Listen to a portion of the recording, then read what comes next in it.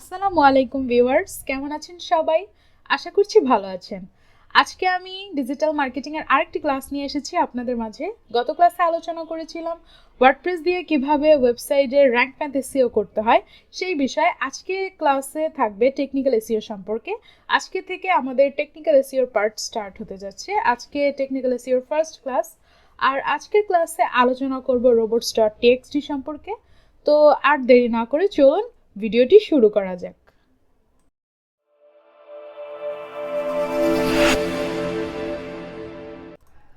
তো technical SEO সম্পর্কে আলোচনা করার আগে আমি আপনাদেরকে একটু দেখাতে চাই যে টেকনিক্যাল এসইওর মধ্যে কোন কোন টপিকটি থাকবে।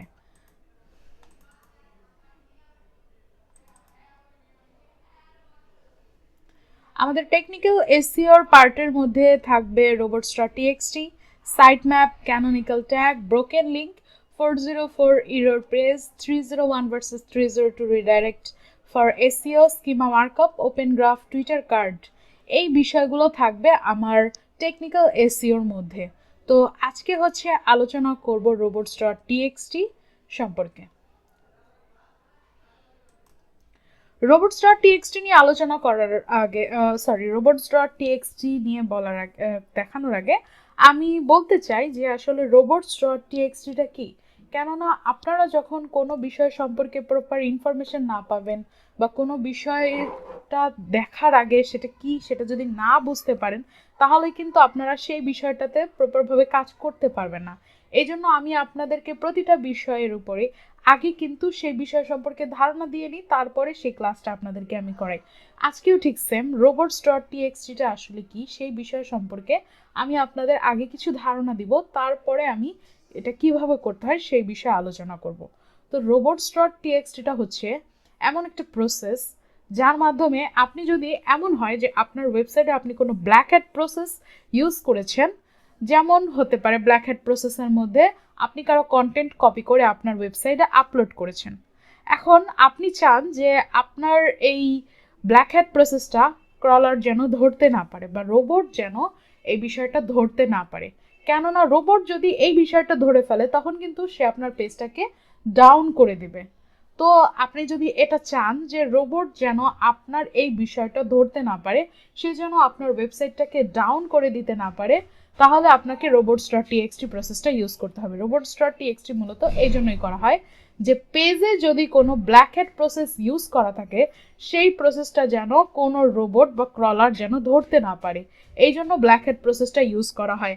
এখন এই রোবট বা ক্রলারটাকে দেখেন, আমরা কিন্তু গুগলে বা যে কোনো সার্চ ইঞ্জিনেই চাই নিজেদেরকে র্যাঙ্কিং পজিশনে নিতে।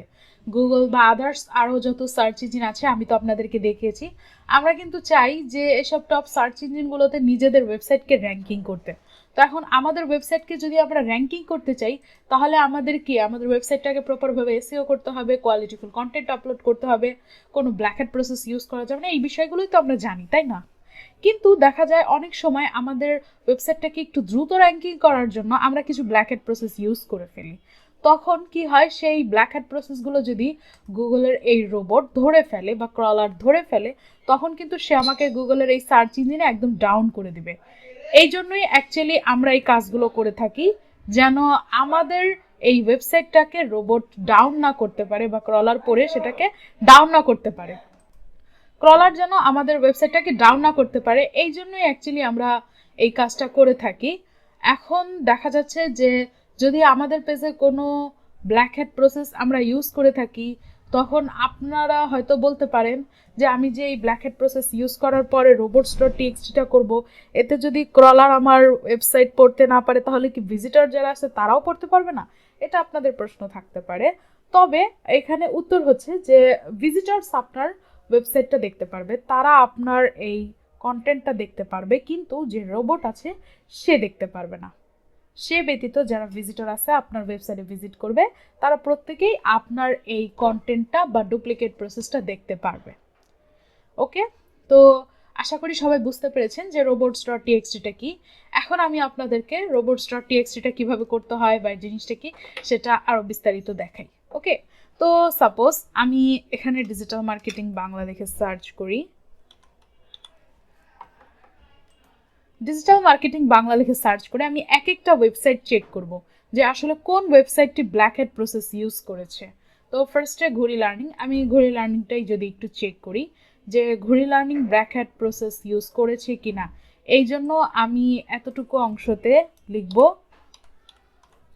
robots.txt।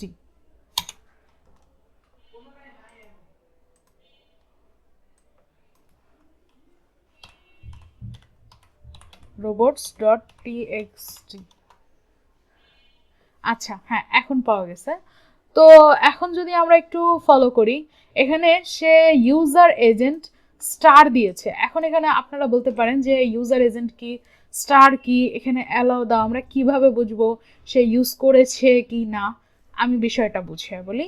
এখানে ইউজার এজেন্ট যেখানে স্টার দেওয়া আছে, এই স্টারের মানে হচ্ছে সে সমস্ত সার্চ ইঞ্জিনের ক্রলারকে কমান্ড করছে।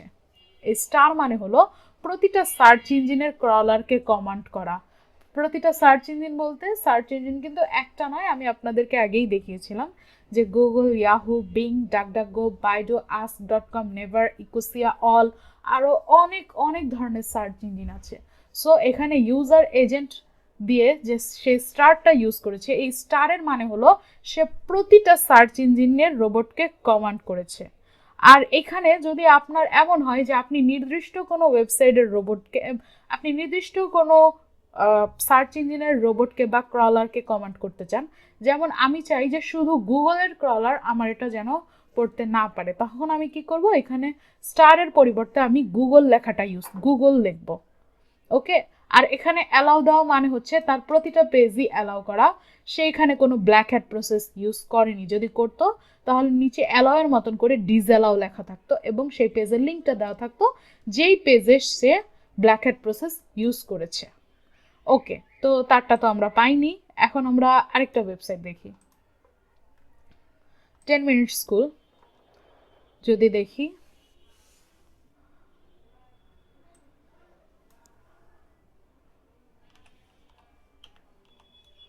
robots.txt।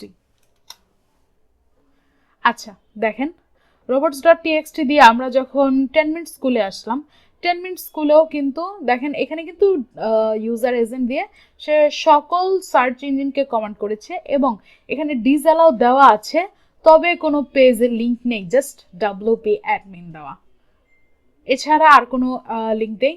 আর অ্যালাউতে সে লিঙ্ক দিয়েছে, তার মানে হচ্ছে তার এখানে জাস্ট wp অ্যাডমিনই দেওয়া, এটা হচ্ছে ওয়েবসাইটেরই একটা লিঙ্ক, কিন্তু এখানে সে নির্দিষ্ট কোনো পেজের লিঙ্ক ইউজ করেনি। তার মানে আমরা বুঝতে পারছি 10 মিনিট স্কুলেও কিন্তু কোনো ব্ল্যাক হ্যাট প্রসেস ইউজ করা নেই।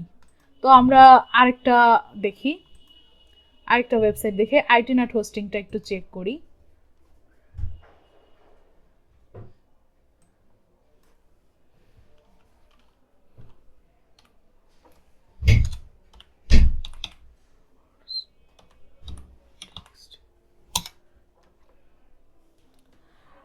আচ্ছা, আইটিনাট হোস্টিংয়েও ঠিক সেম প্রসেস, আপনারা যদি একটু দেখেন তাহলে বুঝতে পারবেন আইটিনাট হোস্টিংয়েও কিন্তু সেম, সেও কিন্তু এখানে কোনো ডুপ্লিকেট প্রসেস ইউজ করেনি।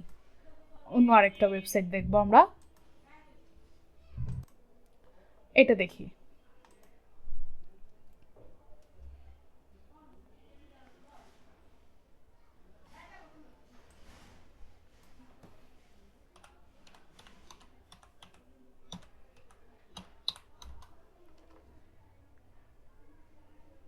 তার এখানেও কিন্তু কোনো ডুপ্লিকেট প্রসেস ইউজ করা নেই। এভাবে আমরা একটু চেক করব। ওকে,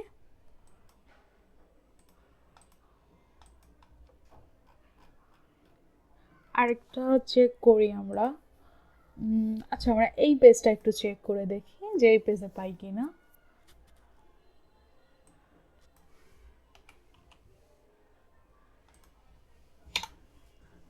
ও দেখেন, আমরা কিন্তু পেয়ে গেছি।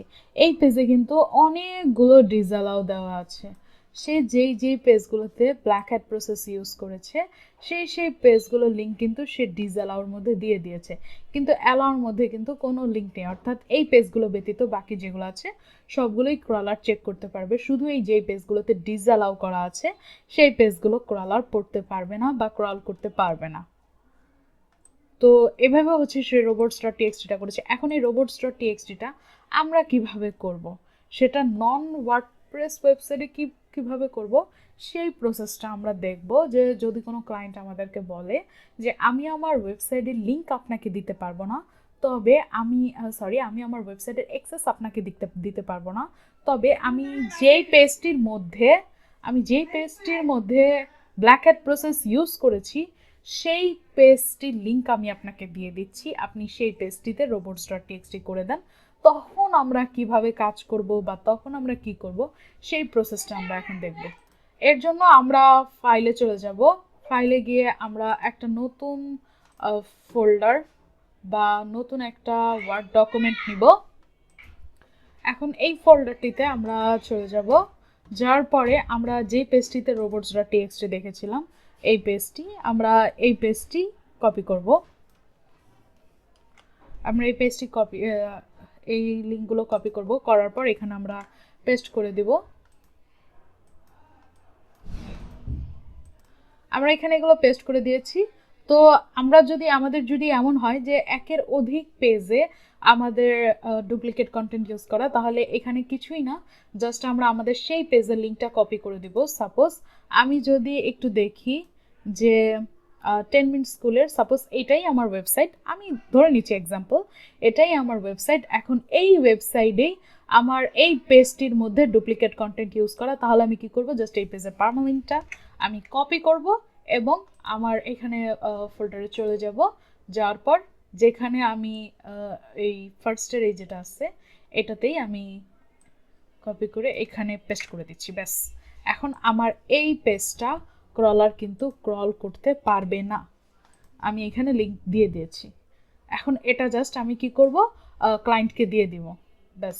এখন যদি হয় আমার আরও পেজ আছে যেগুলোতে আমি ডুপ্লিকেট কন্টেন্ট ইউজ করেছি, তাহলে আমি কি করব, সিম্পল এখানে ওই পেজগুলোর লিঙ্কটা দিয়ে দিব ঠিক এটার মতন, তাহলেই কিন্তু আমার এই কাজগুলো কমপ্লিট হয়ে যাবে। আর যদি একটা পেজই হয় তাহলে আমি এগুলো সব ডিলিট করে দিব, এখানে অ্যালাউতে সব দেওয়া থাকবে, ডিসঅ্যালাউতে জাস্ট ওই পেজের লিঙ্কটা দেওয়া থাকবে, ব্যাস, আর কিচ্ছু না। এভাবেই হচ্ছে আমি আর এই সাইট ম্যাপ যেটা আছে এটাকে আমি কেটে দিব।